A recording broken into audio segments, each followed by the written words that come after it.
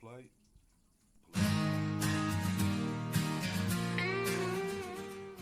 Hello, everybody, and welcome to another episode of Spark Unplugged.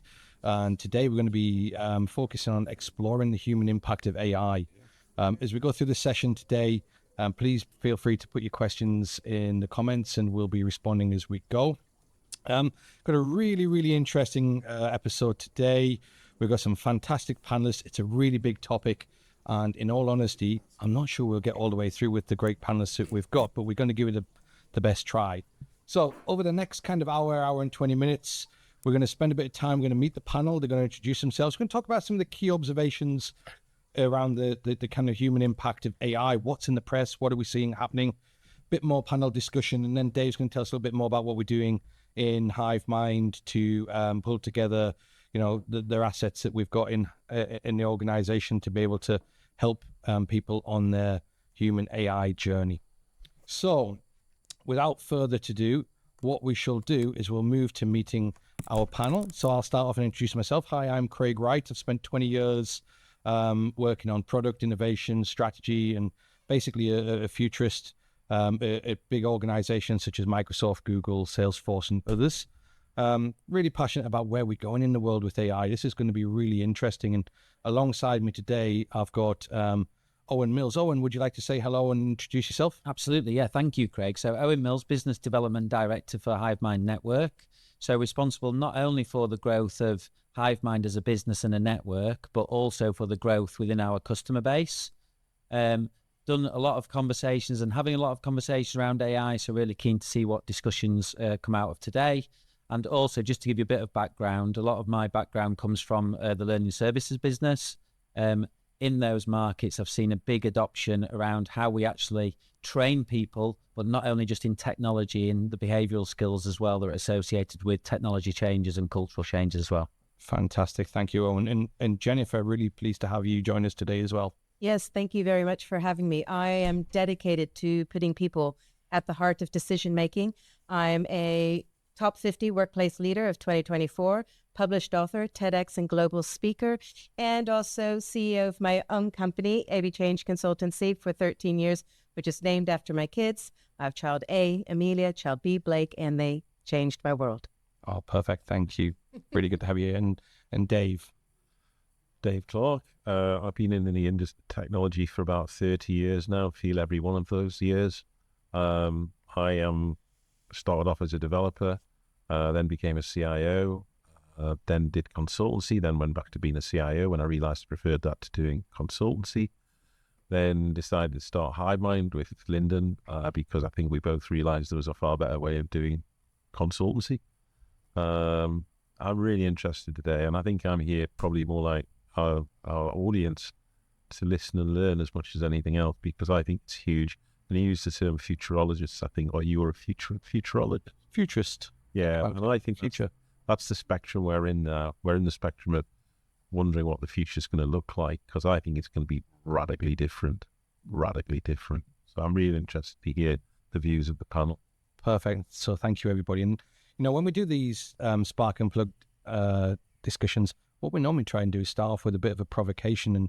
And actually this one, Jennifer, you brought it to our attention, and it's an external quote, but I found it really quite profound. I want AI to do my laundry and dishes so that I can do my art and writing, not for AI to do my art and writing so I can do my laundry and dishes. And when I read this, I had a moment of realization. I was like, oh, yes, that's exactly what I want. But what I've realized is AI is currently being set up to answer the creative questions, and especially with the emergence of Gen AI, how do people feel about this? And why have we landed in this place where it is being more creative rather than picking up the utility pieces of our world? I mean, do we need to course correct? How did we get here? Well, I think it very much stems on the fact if we go back 10 years, because AI has been around for the last 15 years. It's not suddenly a new thing, but it's generative AI that is very different going forward. But the last 10 years, if we think 10 years ago, a lot of us thought, oh, AI will just do those things that will help us be more effective and efficient at what we do. It won't be able to create, it won't be able to do all the different innovative things that we think we do, and we do. And that set the industry a challenge, didn't it? And as a result, they've decided to take that challenge on and have really focused in on that. And that's where the money's been invested. That's where the time and the resources has been invested. And as a result, that's what's put us into this place now. Oh, fantastic. Dave, Owen, any kind of thoughts on what that will do to, in the short term, to kind of the skills that organizations look to hire? Do we think we'll see creative skills diminish? I think that because from a skills perspective, certainly they need to have a look at what the changes are. It's probably not what the businesses thought would have happened. Looked at the kind of the processes, the administrations, and the other things that AI was formerly used for. Now that it's much more advanced and obviously technology is emerging, it's a case of probably readdressing that and going back in and doing a real kind of skills and needs analysis and doing a reset. Plus, a lot of businesses generally look at skills and look at it, and they do an annual appraisal, so they look at skills annually. You know, we will all, I'm sure we'll get into how quickly this technology is evolving and moving, and my suggestion would be that people need to look at that a lot more regularly than they currently do. Dave, any thoughts on what do you think will happen around creativity? I think that at the minute I'm still not impressed by the creativity of the current generation. If you try doing prompt engineering to get decent graphics and decent pictures that tell the story in a cohesive way, it's still a bit basic at the minute. And it's still, in fact, actually, when I'm on LinkedIn, I think there's nothing turns me off more now than seeing an AI generated picture of a caption. Somebody's done a caption, then they've done a picture, and it's like, just move on. So I think this is an interesting place about the creativity. It's still not there. It's still not there. It will come, but it's still not there yet. But I think that's the point, is that we know it will come. We've seen where it's got to at the moment. And that's made us sit up and notice and go, okay, maybe it's not going to just, do those tasks from that standpoint. It will be able to do the creative elements. The question is, what value will we put onto that, and what does that mean for us as people going forward? I think one of the things I have seen when I've talked to people who come from a kind of a more creative world, if they're quite tenured and they've been doing creative jobs for a while, they see the emergence of Gen AI not as an accelerator, but actually as a decelerator, as a brake. Because what actually is happening is often they're getting asked to use the tools and the technology, and they've been classically trained to produce their craft, not to edit and audit or proofread what comes from Gen AI. So I think whilst we're in this kind of mixed mode at the moment where, yes, we're seeing lots and lots of content, lots and lots of data, lots and lots of stuff, to your point on LinkedIn, Dave, which gets AI generated. Whilst that's great, I think a lot of it will just eventually just be noise. And what we'll find is there'll be some very human-centric or some very human curated content which really starts to resonate with people, and that will become a differentiator again for people. I think it's fine for people to experiment with it, using it for creative purposes. But then it's the measurement of that, isn't it? Like Dave's just said, the production of some of the content within LinkedIn, I would absolutely support your view there, Dave. I see that from marketing perspectives. Some of the outputs are not fit for purpose because it's not quite there yet. Now, obviously, as it evolves, it could get there, but that also needs the involvement with the blend of the human intervention to work on that with the technology. Yes, but we've got to be very careful as to what we put out there and use it in the way in which we use it for. So, if you are a sole entrepreneur and you're trying to use it to create your marketing materials, then you have full control as to what you put out there and all the rest of it. But you've got to be mindful that whatever you're putting in an element of your IP.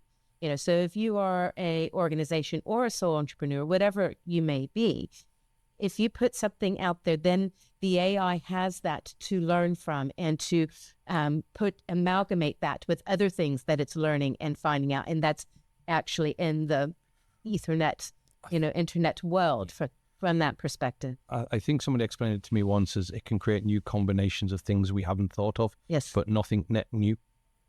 And I was there thinking, oh, okay, that's quite an interesting perspective, where human ingenuity can invent something which is net new to the world. AI at the moment hasn't reached that critical point. It can only combine what it knows and what it's learned. But I think that the phrase you've just used again, at the moment. At the moment, yeah. That's the case. But where is it going to go? It isn't. In many ways, in large organizations, I'm sure the people watching this that are running big organizations, that's the most diminutive part of many of these organizations, the creativity and the writing areas. It's like when you think about one of the conversations I had recently with a CIO of a very large company, and he was talking about, the machine-to-machine negotiation, and machine-to-machine pricing and so on. He said, that's the areas, Dave, where I can see massive changes coming, where, we're buying and selling commodities via, that's the sort of areas that these huge job impacts are going to hit first. I think that's is my end. I think that's quite a sage observation, Dave. What I think we'll see is the lot of the fireworks or the bangs and flashes from Gen AI that we see at the moment about what it can generate content of will soon be superseded by utility-based AI, which can do the equivalent in industries of laundry and dishes. So whether that's that's what I mean. Core tasks in a bank, whether that's core tasks in an insurer, whether that's core tasks in a manufacturer, it will get there. And I guess what we're starting to see is the big tech players and the people who lead the charge on the Gen AI stuff are trying to lure in those organizations and businesses so that we can radically reinvent and break orthodoxies of what came before. Exactly. Making your baby sing in a picture isn't really the cutting edge of industry, is it? So it could be a new industry, Dave. As much as I think, but that's what's creating the whole sort of thing around AI, isn't it? That you can go on your phone, you can make your baby dance or your dog sort of sing a song, which is fantastic. But ultimately, it's what how you phrased it there. Yeah. It's the replacement of the laundry and the dishes. This in the context of each industry. Yeah, definitely. And I think some industries are going to pick this up quicker than others, but I think that leads us very, very nicely on onto a kind of a slightly different conversation. One of the stats I read this week when I was doing my research around mass adoption of AI, and I don't think it was necessarily cast in the context of solely in AI, 92% of mainstream companies reportedly continue to struggle with cultural challenges. When I think about the profound change that AI is going to bring to every human and to every organization, every process, and every industry, and every business unit, how will the mass adoption of AI impact this 92%? How do we stop organizations having cultural challenges? What's the changes that they need to make to be able to create elasticity in their own world, in their own model, so that they don't have to live with a set of challenges? Well, they need to actually start thinking about what is it they want to be as an organization. And it's a challenging question to ask and answer, but it's a really critical question when you're looking at cultures, like what that actually drives your organization, not just the bottom line, but your people, the behaviors, the mindsets, the values, et cetera, et cetera, et cetera. And you need to ask yourself, what is it that you want to be? How do you want to be thought of as an organization?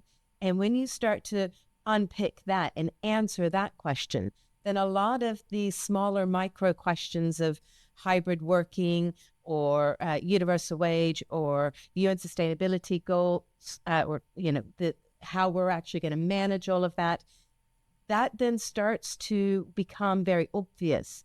And because you know what it is you want to be, and that defines you as an organization.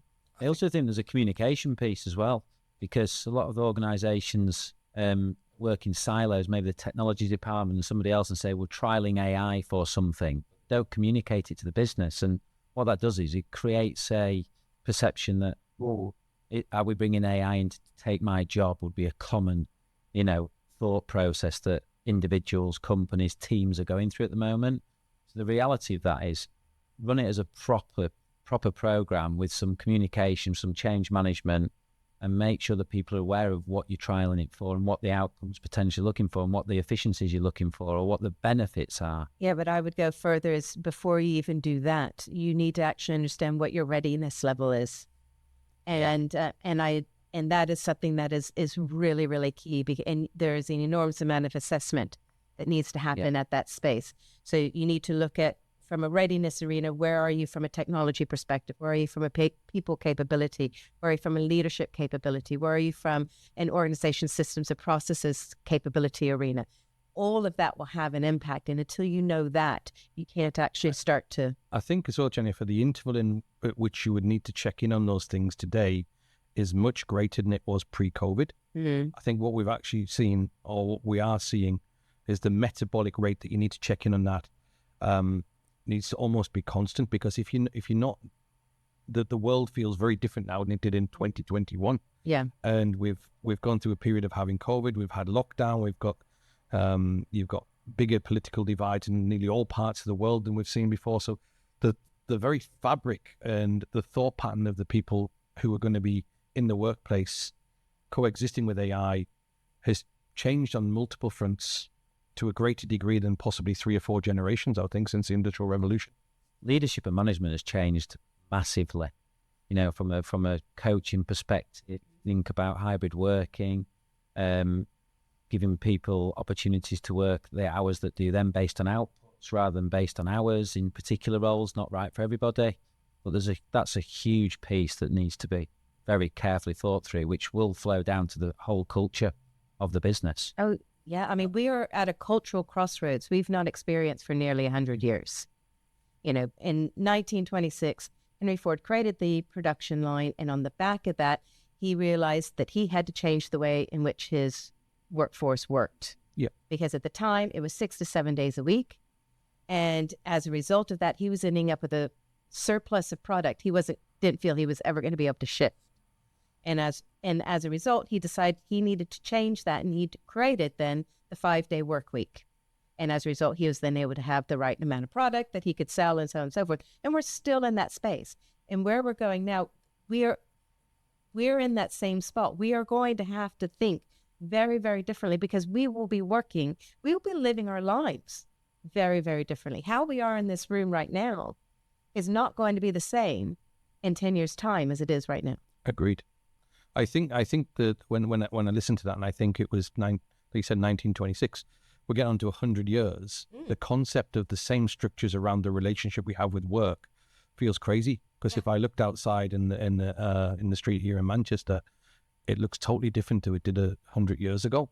And I think that the organisation to embrace. Yes, Dave. It's still raining here in the summer in Manchester. But yeah, that's fantastic observation. 100 years on. 100 years on. But I think the relationship people have with work will radically change. I've seen organizations begin to think about not expressing your job in terms of number of hours that you do, or number of days holiday that you get, or how many targets you've got.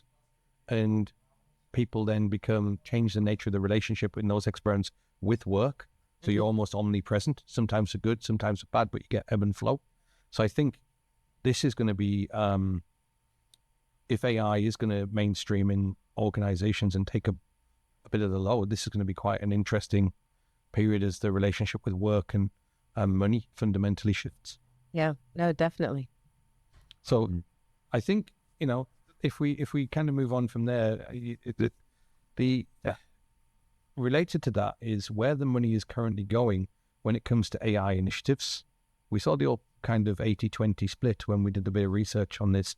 The 80% of the money was currently going on technology, and 20% was going on change or readiness for change, or thinking about what the future really looked like. Unless this changes, it's got to have a lasting effect. I mean, any ideas of what that lasting effect might be for organizations who don't get a better balance? And for those who are seeking the better balance, any ideas on any kind of short-term hacks or way to think about this to achieve a better balance? Well, I can guarantee you 2 things. 1, your rate of adoption will be very low. And 2, so will your ROI. It's that simple. And that's not even just putting AI on the spend. That's the way it's been for years. I mean, in 2020 alone, there was I forget where it was reported how $2.6 billion was wasted just on development projects, just development in 2020. And that was 4 years ago. And that's only one kind of change program. There are loads of others, companies that have lost millions because they've done what I would call a technology drop, rather than actually take people along on the journey of it. And that is, as a result of it, they end up not being able to achieve what they want to achieve. And they certainly aren't getting the investment value that they anticipated on that front. And I worked for an organization, it was an infrastructure organization, and they were doing a huge digital transformation program. And I was brought in as the change manager 9 months after the project, or rather program, had started. So it was well in flight. And it was the strategy week where they brought all the senior leads in, and they were talking about what works well, what doesn't go so well, what are we going to do next year, blah, blah, blah. And they're talking about all these actually really fantastic stuff. I was a bit blown away in many arenas. But at the end, I just said, I'm sorry, I got to ask the question, why should I care about any of this? And they said, excuse me? I said, why should I, as Jennifer Bryan, change manager in London, care about any of this? What's the big deal? And they rattled off what I call the management spiel of efficiencies and effectiveness. You know what? Yeah, but so what? You know, what I do and how I do it works really, really well. Why should I be doing this differently?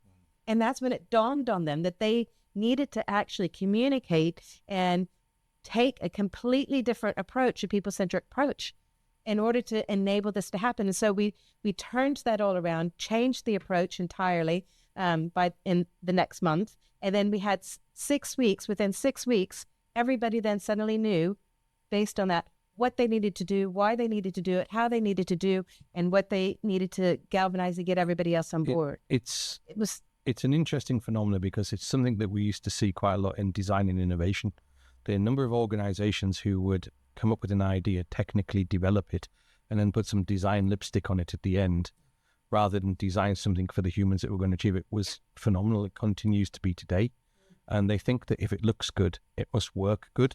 And if we build it, they will come. It was design as an afterthought. And I think what we've seen here is almost change as an afterthought as well. I mean, Dave, the other thing here that blows my mind is we've seen a lot of the big consulting organizations and professional services firms shed what I would class as their imagination services and their strategy services. So, you know, the people who can help design the future or help customers design the future. I don't know if those services don't exist and they're not being pioneered from some of those big organizations, are they going to permeate and go into end user organizations, or is there just going to be a gap? You'd like to think they'd go into the end user organization, because we were talking earlier, and as Jennifer was speaking, for me, this is, we know the answer to this, it's human-centered design. We've known for years that the answer to this is human-centered design. And the bigger question for me is, why have organizations not been able to put the effort and energy into grounding human-centered design at the core of what they do? It seems such an obvious thing when you've been through it, doesn't it? And this is why I did some research with Henley Business School of Management on exactly that. And there was 5 main reasons. There was time. It was the most insane way. The project managers didn't feel they had the permission to go talk to people outside the project team. So from a stakeholder engagement arena, it's like, how are you going to get people on board if you don't talk to people? Mm-hmm. Duh. And so that was another one.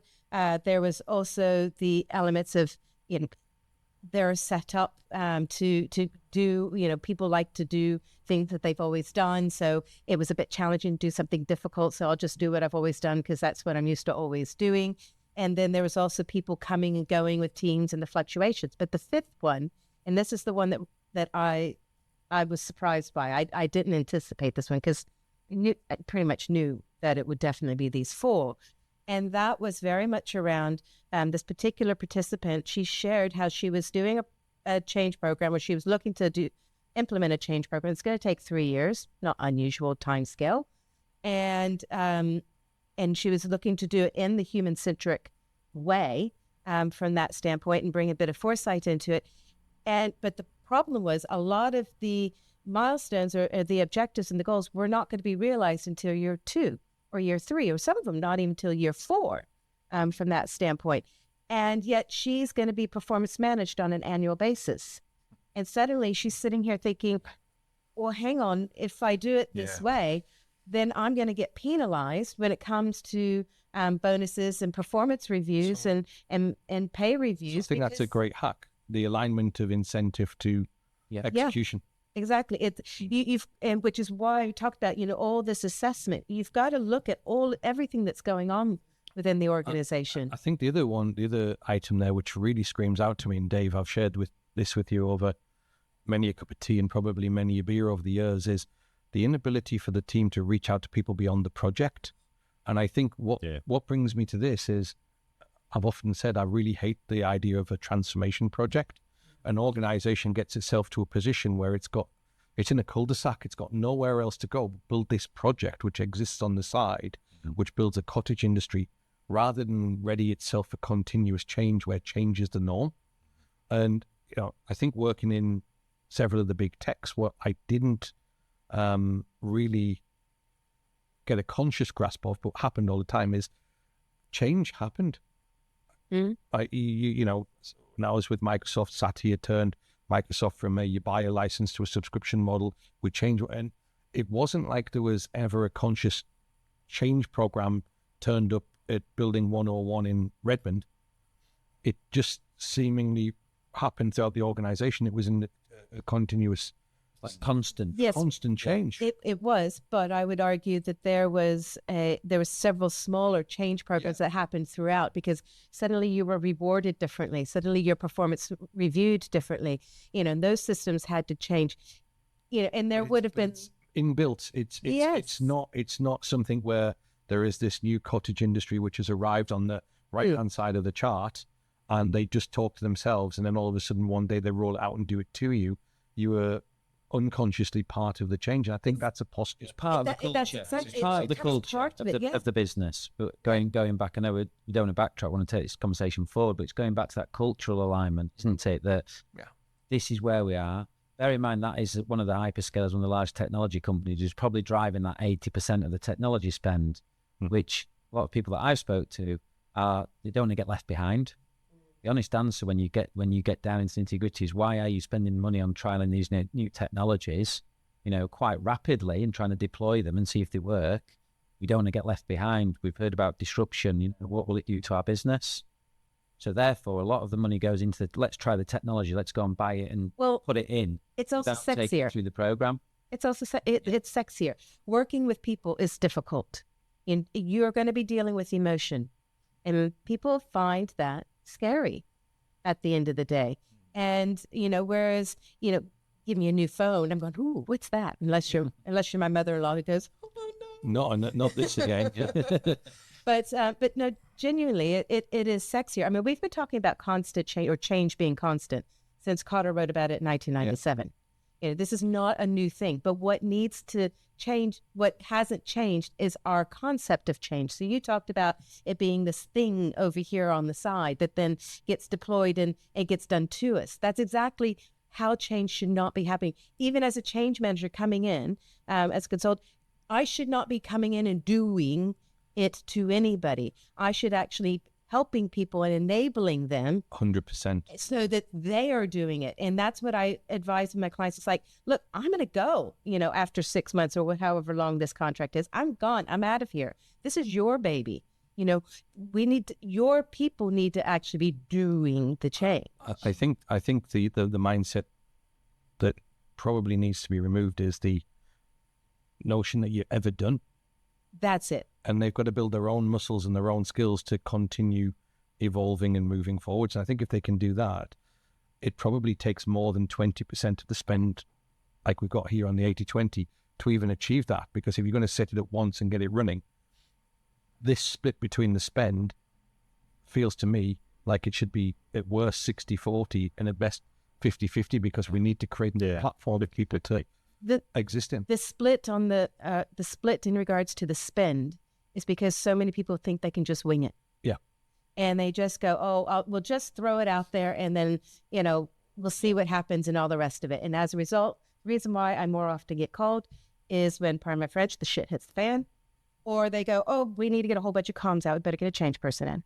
Yeah. And that's not when these things should be happening. And if you want to integrate it, because it's not to say you don't need help integrating it and having this integrated within the organization. It's just, you need to be thinking about it long before you're actually doing anything. So I think that is the big takeaway. If you've not already thought about it and you're already doing these things, You're in trouble. Get help. Yes, it's now time to get some assistance. I think I think the other thing that we talk about quite often is how AI will affect how and where humans work in the future. What we've seen as we went through COVID was everybody work from home. I quite like the model. I think it's good, right? It's good. And you working in tech industry didn't actually already spur that. Already had it. So it wasn't like new, but I did travel a little bit less, which is great. But I saw a stat which said 90% of firms with office space will have returned on site by the end of 2024.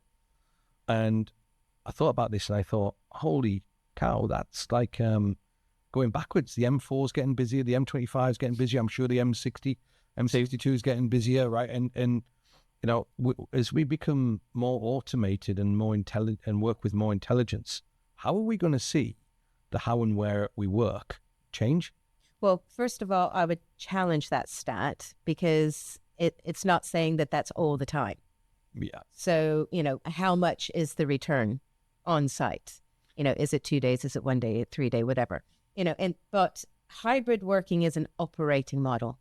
It is not a workplace design from that standpoint. And so with the fabric or the change of AI, how and where, I think that actually is going to work into whatever we've decided this operating model is going to be as an organization. Because again, going back to what the organization wants to be and be thought of, that then helps define what is that operating model for that organization. And then how you integrate the AI within the organization, how it gets utilized and what it supports from mechanisms, because that's effectively what AI is going to be. It's going to be another colleague from that standpoint, where we will have to learn, how to speak to that colleague, what words work well with that person versus words that work well with another person, et cetera, et cetera. The difference between American English and British English, it's at the end of the day that language is going to be needed to be utilized, and how we use it will be very much like how we work with a colleague now and how we're working with each other in this room on that front. What we could argue that in the not so distant future, one of us could be replaced with an AI from that standpoint, and we're working in that arena. I think that's entirely correct. And I think when I look at this a little bit deeper in certain industries such as manufacturing, what I saw when we mainly kicked on by COVID was artificial intelligence, digital twins.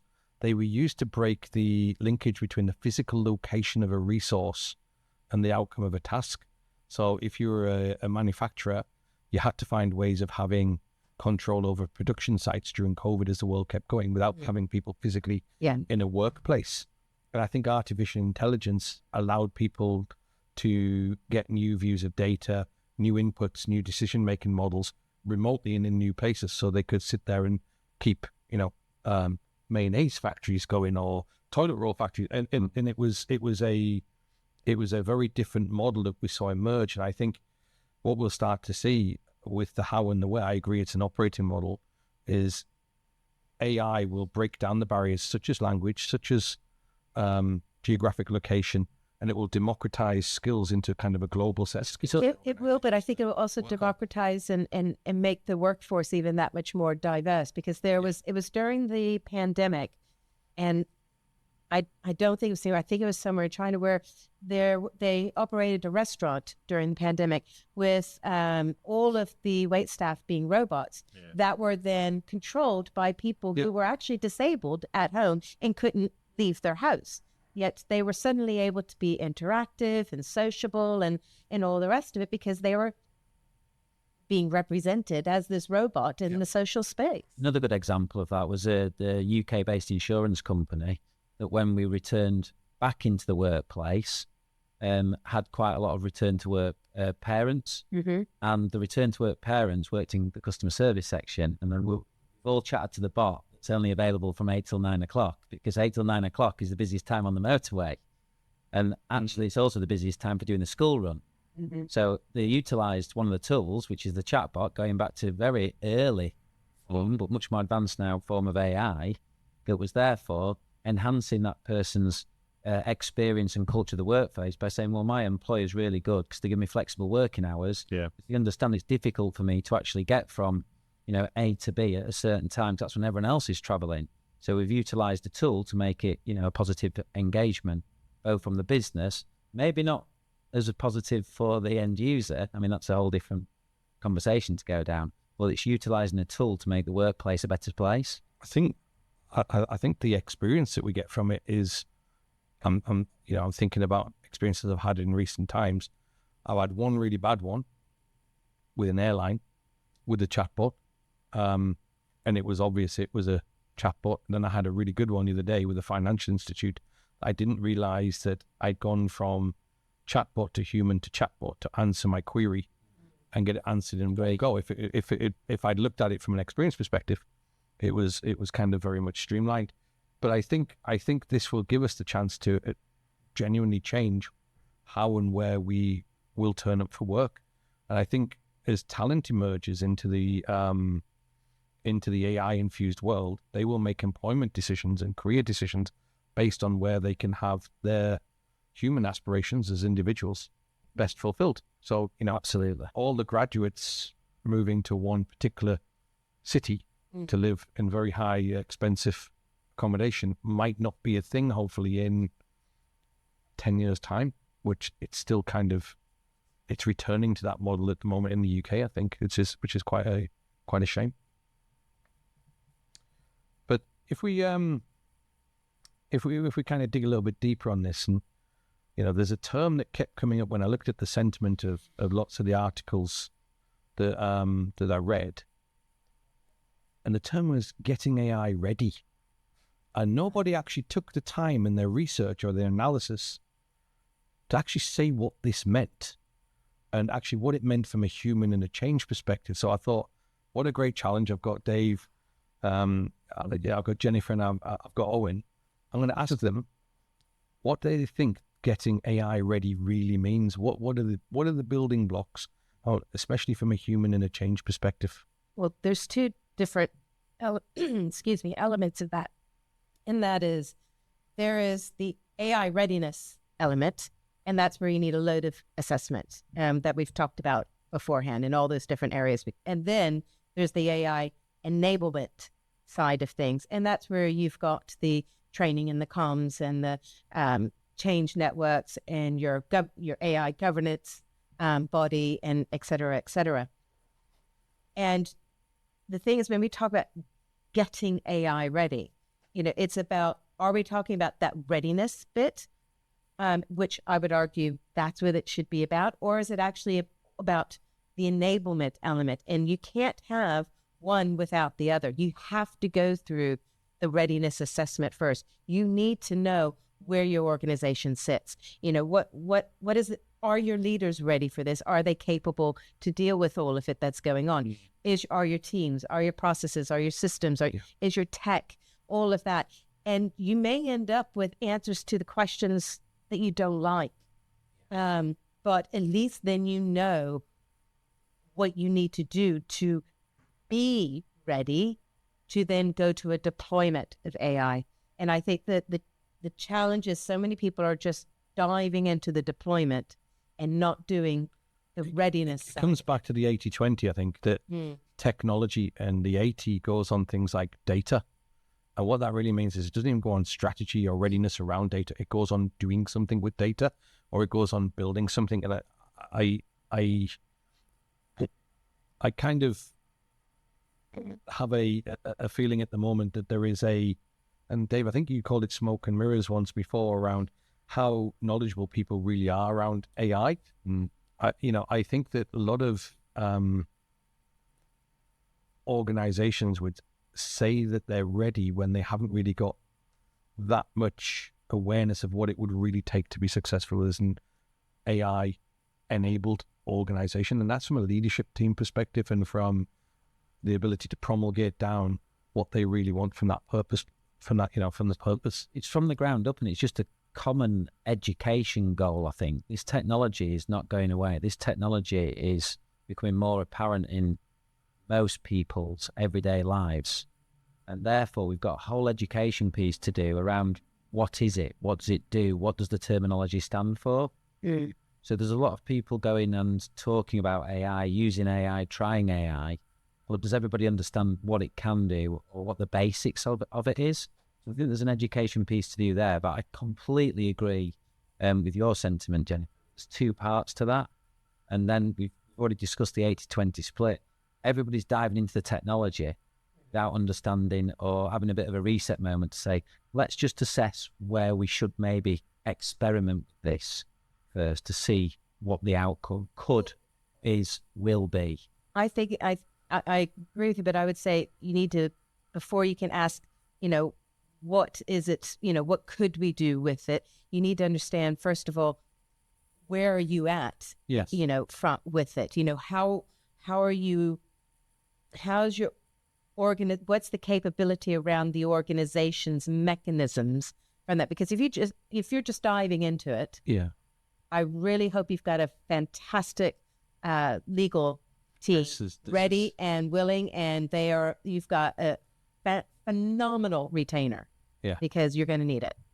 I think that's one of the areas that we've talked about before of how do we stop accidents happening with AI and that situation arising. I think that the one thing which comes out for me is when I look at the training that's available and the learning that's out there, it's all tech based. Yeah. There isn't a lot around that area that you just talked about, Jennifer. You would have to find the expert, ask the question of how do I stay out of jail, or how do I stay out of court, or how do I not do stuff in the kind of not contravene rules around governance and around usage of AI. And I think that stuff is lagging behind GPT 2, 3, 4, 5, 6, and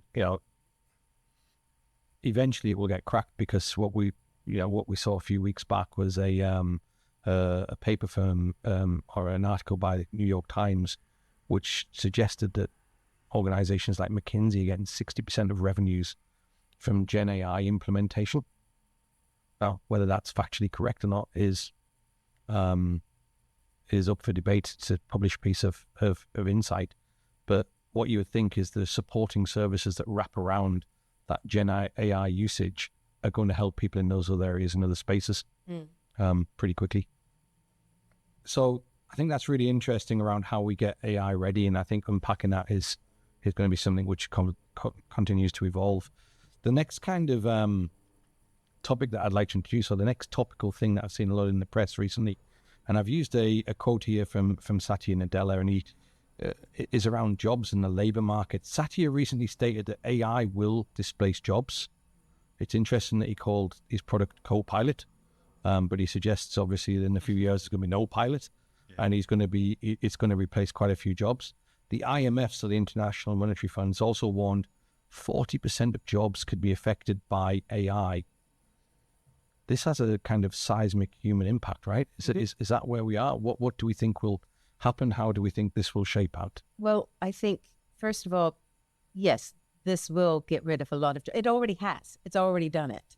If looking at the voiceover industry, it's why they're striking last year at the end of the day. And it's already having a major impact on a load of different industries, and it will continue to do so. But there will be a creation as well of jobs that we haven't even thought of.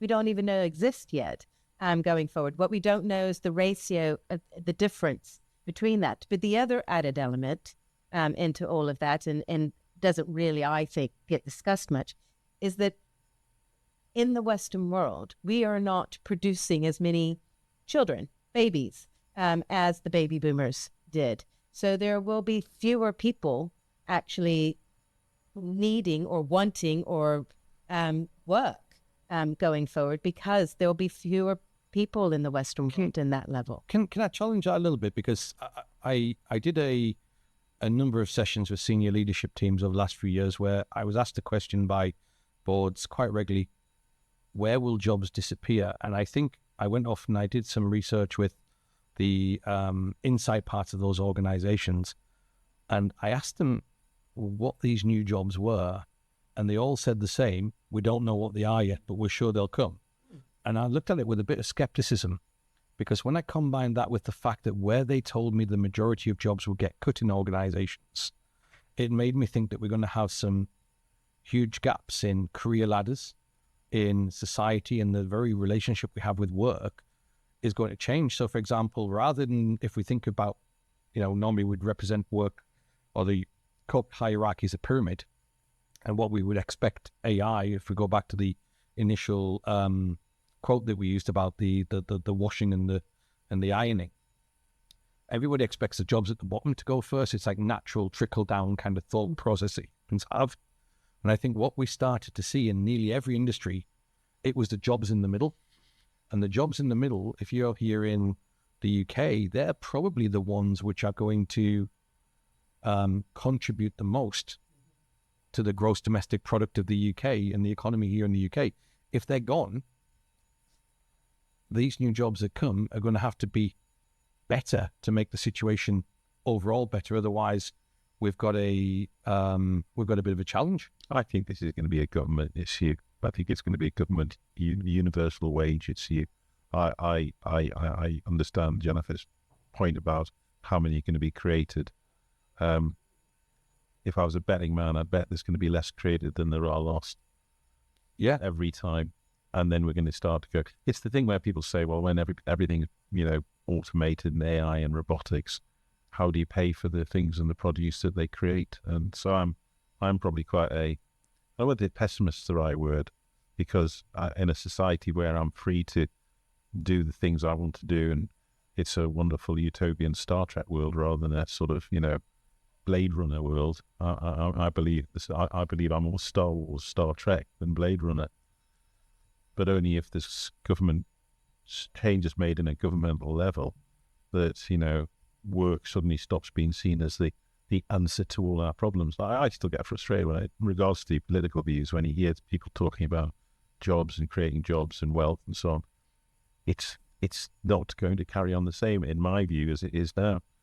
And this hollowing out is going to happen. Can I put something across from a kind of a skills perspective on that? Yeah, go for it. Just to kind of complement, I think, what Dave's saying there. We've got a big focus on apprenticeships and bringing kind of youth through on a different potential mechanism than universities, although there are degree apprenticeships out there as well.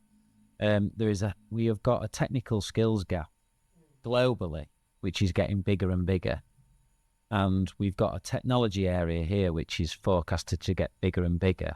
So there's a clear match there, isn't there, by putting some emphasis on if people are potentially going to be losing their opportunity to work in their current role, what is their opportunity to go and cross-skill, upskill, reskill into an area? I know you said they weren't sure of those areas.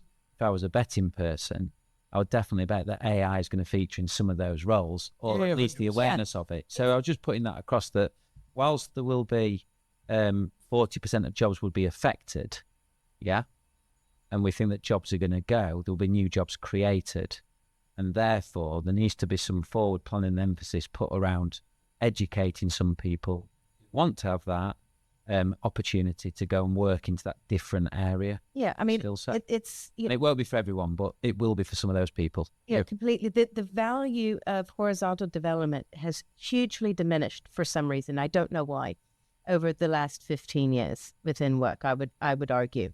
And, instead, this mentality of only vertical development I would is think of any value. economic pressure. I think it's beyond just economic pressure, because, whether you're looking for a permanent job or a contract role, every time I talk to people, it's very much about, I want someone who's done the exact same job with my competitor, in the exact same way. So people don't want to continue just doing the same thing over and over again. They want to be doing things differently. And you look at the younger generations coming through, the value for them is not to actually continue just being, oh, I'm going to go and put that thing over there and I'm going to keep doing that every day for the next 20 years. That's not their future, and that's not the future that they want, nor the future they're going to have. They're like, I want to learn that, and then tomorrow I want to learn that, and then I'll learn that, and then I'll go over here and I'm going to do this. It's about breadth, as more so, I would say, than just depth. It's a talent acquisition and talent retention problem. Yeah. Because what I'm hearing there, and I agree with, is that people want to learn new things, but no one's giving them the chance because it doesn't say you've got experience of it on your CV. Yep. I mean, I'm not going to go down the AI and recruitment issues in the market at the moment, but I think even going in just to a different, just to go into a different industry. Oh, I did exactly that, but I did it in the finance institution. Therefore, but I want someone who's done it at FMCG. So I'm going to get somebody who's done it at FMCG. But you're like, to open up ways, yeah. Really? Come on. I think brands want instant gratification. They want to find unicorns who've done it elsewhere so that they don't have to challenge orthodoxies and they don't have to have a bedding in period where new thinking comes in from industry into industry. But I also think that a lot of people focus on a ladder or the pyramid in many industries now, purely because of the fact that if you look at what it takes as an earlier in career individual to get established, I think I saw some stats today that said the average first-time house buyer in the UK used to be about 25, and it's now almost 10 years older than that. The only way that they can get the financial power to be able to get on the housing market to get a home is to climb the ladder. So the exploration of adjacent things on the ladder, which possibly would pay the same but would be more fulfilling and interesting, gets trumped by this need to have somewhere safe and somewhere to live.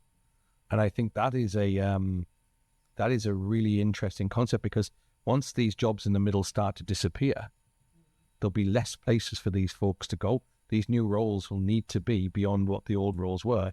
Otherwise, we're in a situation, like Dave said, where a living wage needs to come in, which supports people from the ground up. I don't disagree with it, but I think, we've got to be thinking of this differently. Going forward, we can't continue doing what we've always done. No, I agree. That is not feasible. So as leaders, we can't continue doing what we've always done. As people, we cannot continue always doing what we've always done. We've got to look at things differently. We've got to do things differently. And only then will we actually be able to survive from that standpoint as an organization. And because if we don't get on board and start to actually look at differently and see what else is possible, the possible is going to fly by you. It's really interesting, and I don't disagree with what you're saying, Jennifer, in the slightest. I think what I'd be interested to see is if we took in a traditional-ish industry like banking, let's say, when will we see the first mover for radical change in the labor market, in an organizational structure, in a radical way, to move to an automated model with these new roles in these new places? And will that cause them will that cause the brand that does it to face a backlash from their customers because they've actually got rid of the humans? Or will it be accepted because the general public, the customers of that organization, will go, it's brilliant, we can now get a better deal because the company is more profitable? I think it will very much depend on how it happens. And that's going back to, are you bringing people along on the journey? Yeah. And hence, those individuals need to be included in your stakeholder engagement and your stakeholder mapping and understanding where they are coming from, using, that in-person and mind perspective from that standpoint. And that, which is what I define as the person who is the furthest from the decision-making room. And what are they thinking and feeling about life at the moment? How confident and assured do they feel about just it being in the world, much less then what would they think and feel about the change and how that will impact them. And all of that will, if you can actually work and understand what's going on for them and communicate and work with them on whatever it is, then you've got a much higher probability of being able to enable things and bring that people along. Whereas if you just go, oop, there it is. It's such you could run Microsoft with 5 people and make 20 times the profitability and still be rewarded by his stakeholders and shareholders. Would he do it? Sorry, Satya, but I'm just asking him hypothetically. Would he do it today, or would he ultimately do it? Would he ultimately do it? Yes, I would suggest. Yeah. Would he do it today? No, because I think he would recognise that the backlash from the consumers, so and everybody. Which actually means that he won't get rewarded because it will affect on the bottom line. Correct. So what he's really balancing is, I don't necessarily mean him, obviously, but any CEO, most CEOs are measured on that. So ultimately, their journey towards profitability and success and return on revenue will drive all of these things. Yes. Over the time period that it takes, it might be 1 year, 5 years, 10 years, but it will happen. So politics is going to have to kick in at some point. I don't disagree. Politics will have to kick in at some point. But what I would argue is all of those things that, the money element that people are typically rewarded by, how much profit we make, what that bottom line is, all of that is determined by people's behaviors, all of it, from every angle. So if you ignore the people behavior element, that will impact negatively on your bottom line. I totally agree. Whatever that may be. Also, though, in the reverse, if you focus in on your people behaviors and actually give it the attention, the 80% attention that it requires rather than the 20%, that will affect positively, again, on your bottom line. Well, the definition of company is group of people, right? Yeah. It's a group of people. If all your group of people are happy, singing and have the same purpose, your company is very likely to be successful if you're making the right calculated decisions, right? So let's build on this a little bit. For the workers who are impacted by AI, should the emphasis be on countries or corporations to create a skills safety net? Both. Yeah, Both. Yeah, both. You can't. I've got less faith in the corporations doing it. Well, corporations at the end of the day have a moral responsibility from sustainability arena, and their people clause and their contracts and all the rest of it. And they are the ones that are paying salaries. However, countries have also got to have that responsibility. However, if in one country, there is a universal wage, the corporations are operating in multiple countries. Yes. And so that's going to have an impact. So they have to actually work together. Global initiative, really. Well, and this is the thing. It's, this is a conundrum, because you would think, oh, well, we've got the UN for that, but they've never done anything like this before in trying to create. And what have we given them first of all, have we even given them the power, the ability, the authority from us as their people, because they are representing us, to actually even start to think and talk and have that conversation, much less do anything about it. I think if I come back to, you said, Dave, you've got more faith in countries than you're having corporations. The first thing that pops in my mind when you say that is, how do corporations behave with their people in the existing model? And what I've seen in the news is they can send you a text message saying, thanks for your endeavors, don't bother coming back tomorrow. Somebody from HR will be in touch. Please put your laptop in a bag. Move their factories to the lowest cost production environment. Avoid the countries that haven't got the same balance systems. They don't necessarily, many corporations behave always with the greatest level of, what's the right word for it? Compassion. Yeah. Integrity. I think it is compassion on an individual level. They see a workforce as a workforce.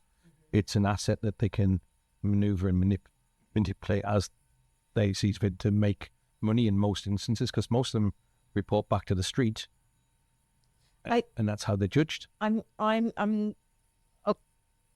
don't disagree with what you guys are saying, but I'm going to throw another Feel light. free to disagree. But I'm going to sit there and say, it's not all doom and gloom. not everybody is a peanut fairy.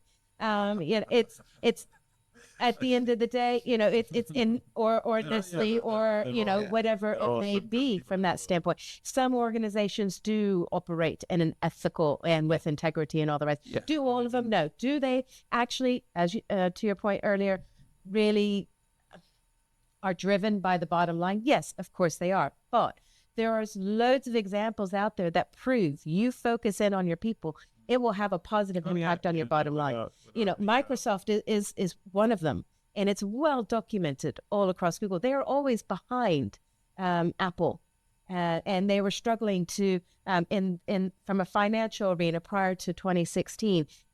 They were really battling against AWS and Google and all the rest of it, whereas Apple was on top. But then 2016, and I'm going to backtrack slightly. I'm going to bastardize this, so sorry, Microsoft. But in my own words, their vision prior to 2016 was to make people and organizations the best they want to be through our products and services and blah, blah, blah, blah. They then cut out in 2016 the products and services element and just kept the people. And suddenly, boom, and that's exactly. And suddenly, instead of them having to think about, my client A has phoned up and they need some help and da-da-da-da. So now I've got to negotiate with my client, when I go up and how much the budget is and that travel. And then I've got to invoice it. It's all parcel. Yeah, sure, client A, I'll be there tomorrow. How's 10 o'clock? And how people were then reviewed and rewarded and all that. It changed everything. And their bottom line was impacted really positively as a result of that. And that's just one example. I don't disagree at all. I think that the people who get displaced, there needs to be better protections from the countries against the corporations. And I think what we haven't seen yet is a catch-up of employment law around how these people are dealt with when end of useful life in a corporation comes, because the corporation isn't responsible for the well-being of a citizen in the UK, for example. But then we've got a government that is a new government, but it might make some good changes, that hasn't put in place anything which would solve the problem for a 45-year-old person who'd done something for 20 years coming out of regular employment, who would still has 15 years to go on a mortgage and is suddenly looking at the world thinking, geez, I go on LinkedIn and all the jobs I used to look at are no longer there and I don't have any of these skills. What am I going to do now? Yeah. It's about that horizontal development. Yeah. There is an element of reskilling. We've got to think differently. No, we haven't been in a position since the 80s where jobs for life. That psychological contract died. I agree. Yeah. And I think the way I view it is that people or talent in the future will have multiple relationships with multiple employers, and they will take responsibility for their own skills and their own HR and development record. And as soon as that penny drops for most people in the world, we'll stick with the UK, the better for the working population here, because I think what has happened, to your point, is in the 80s, you had a job for life, you got a final salary pension or a defined scheme, and you would work till you were 55, 60, and if you were lucky enough, you would stop. Now, and you'd have one relationship with one employer for 20 years. I think now what we're going to see is, as the new world comes in and AI comes in and intelligence arrives, people will have a portfolio of employers that they work with, which is, I guess, we've got a lot of folks in the HiveMind network who've made a conscious choice to move out of a one-to-one relationship with an employer into a one-to-many relationship where they can provide a portfolio of careers and they've got flexibility. I think the learning journey, and I went on this journey as an individual, the learning journey is you then take responsibility for developing your own skills and remaining current with the world. And I think that is something that, if you're out there and you listen to it and you think you are going to be subject to, losing your job in a one-to-one relationship with an organization, it's not the end. It's actually the beginning if you're prepared to come at it with that mindset of you can learn and you can do things, because there's always work out there for people who want to find work. And I think that is something which may come out of the AI revolution, that people actually do less one-to-one work and more one-to-many work and live a more healthy, balanced lifestyle as an individual. But I think, could I have Craig AI and could I work simultaneously with multiple organizations?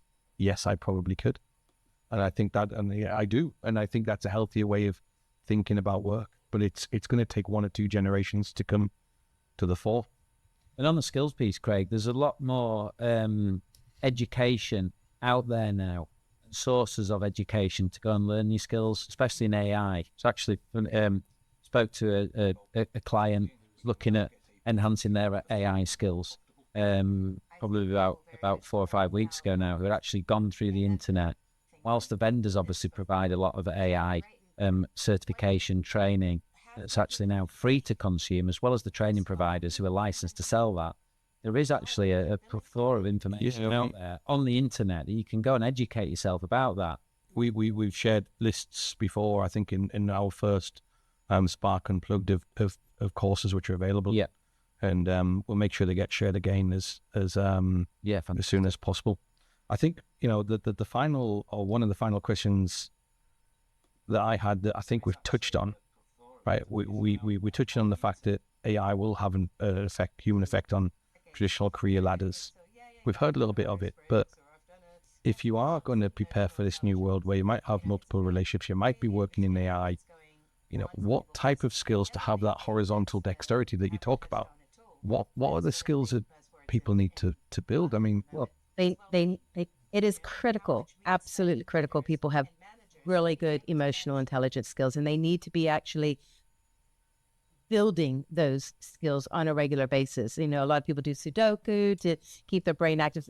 You need to be doing that in the EQ perspective on that front, because it is critically important. We've been talking about that, I know, for a couple of decades, and everybody thinks, so yeah, I've done a Myers-Briggs, or that's not emotional intelligence. It's about really understanding what's going on for people, because the other big thing that we haven't touched on at all, that is one of the big buzzwords in work at the moment, is well-being, and how much we expect leaders and managers to be able to manage the well-being of their staff and employees. Now, that seems like, a no-brainer. Well, of course you're going to look after your people, but how many people actually know how to, are comfortable asking the questions, particularly on in a hybrid space?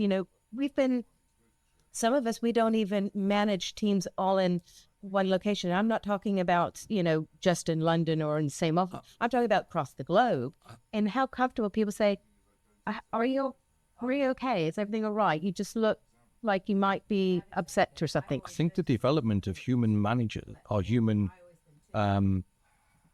subordinate relationships in that way, the way that organizations teach that now, or the way that academic institutes teach that, is fallen a little way behind. So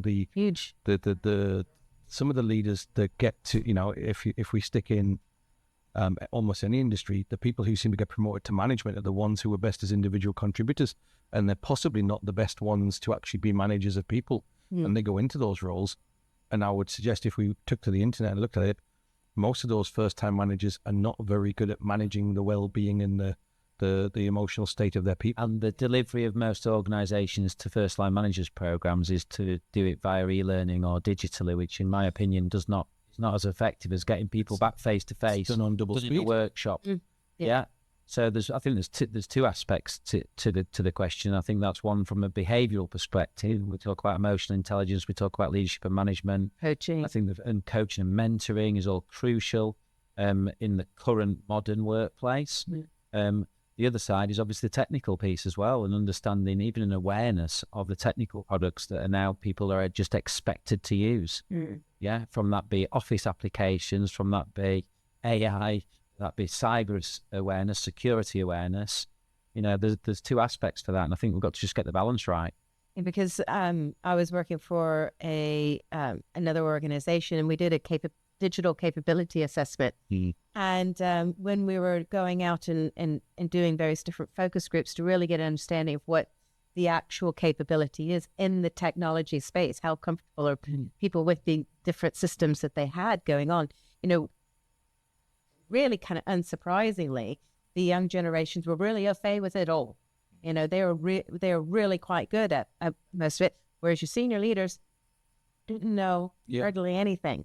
And so it's and yet we expect them to, from that standpoint. And that opens up, to be fair, a huge opportunity where you can do something like reverse mentoring and other various things to actually help with, and that's that breadth within the career development side. I think the human connection piece and the well-being piece go hand in hand. I think we've created some very effective mechanisms in which to have short burst communications with one another as humans, but we haven't quite caught up on what it means to check in on people. Dave, you told me the story the other day about working when you were a young consultant with managing partners. You'd get in the car with them and you'd brief them on the way there, and they would talk with you and they would understand what was going on. Mm-hmm.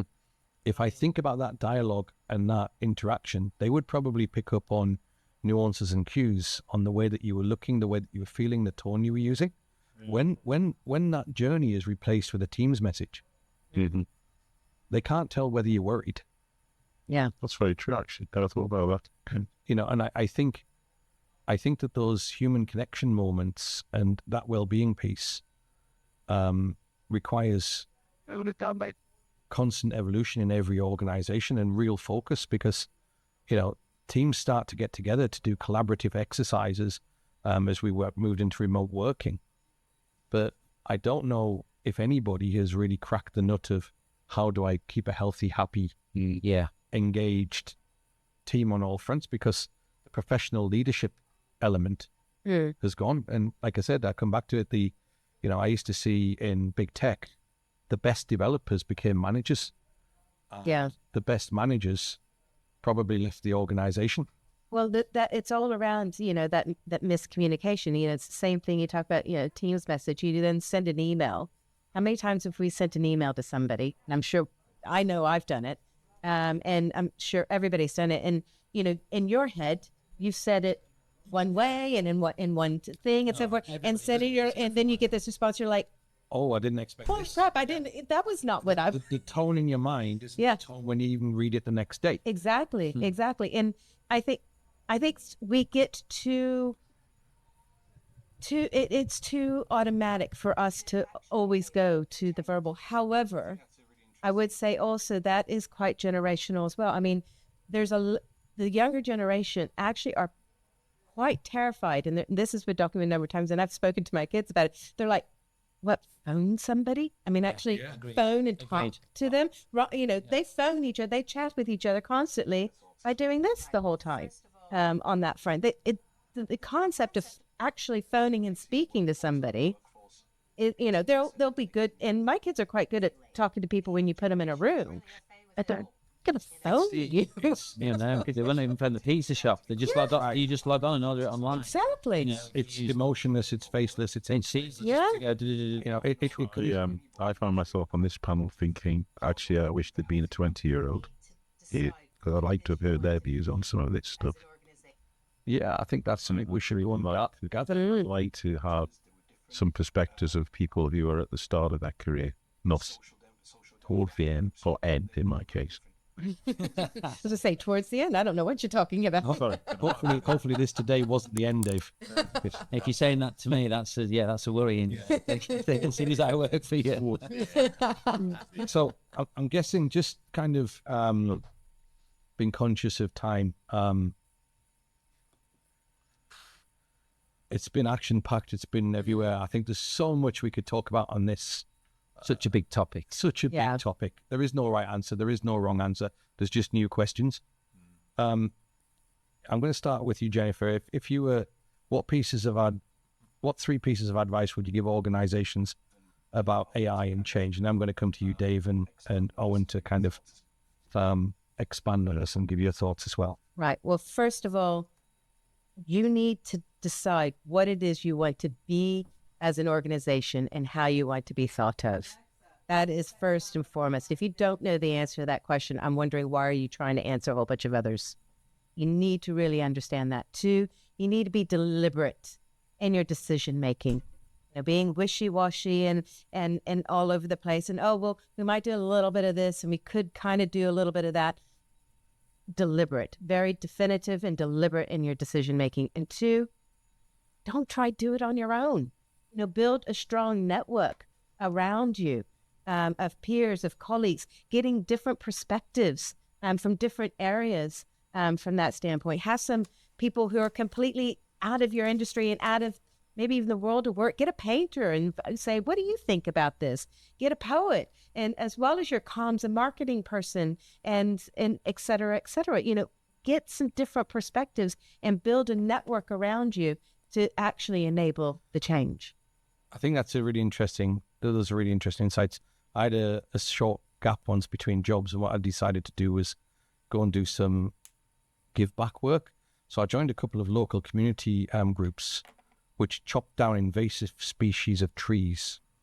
And as a young designer and innovator, I wanted to kind of meet lots of different people. And I worked out that I'd worked with folks in big tech, right? Mm-hmm. My circle of friends was big tech. Mm-hmm. My life was big tech. And I went and I met these people in a place called Simon's Wood, which is near Wokingham. And they used to land American planes there in the Second World War. And seeds used to drop out and they grow invasive species of trees. And what I realized is most of the chaps who were there came from very diverse backgrounds to me. There were different ages, there were different social demographic groups, so they were very different. And it was a fascinating couple of months of working with them a couple of days a week and just asking them questions about the world. Mm-hmm. Because the perspectives they would give on a topic were totally different to the ones that I held. And I used to ask them, we used to sit afterwards around a campfire, have a mug of tea, right? Which was very different to sitting in Starbucks in your corporate environment. But the insights I got from listening and hearing from those people and that diversity of thought was undeniable. So I think that one's a really big one.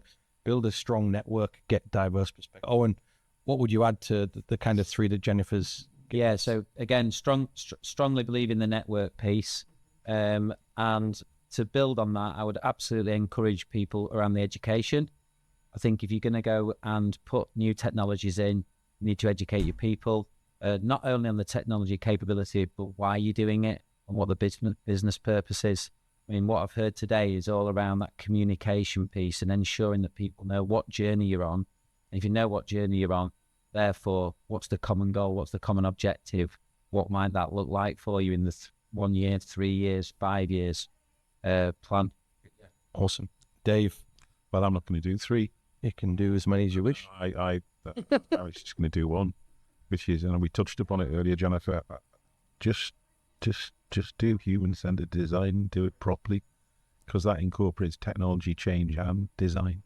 So just do that, do it well, commit to it. Yeah, and I think if I was given one as well, Dave, I think the one takeaway that I would have from the conversation we've had here comes back to the 80-20 slide. Yeah. And I think the preparedness and the ability to educate your organization and build that purpose out before you start and get things in the right order is something which really resonates with me. So I would encourage organizations who maybe aren't quite so sure to make sure they do that first and don't bowl headlong into a change initiative. I would like to set whoever's listening a challenge.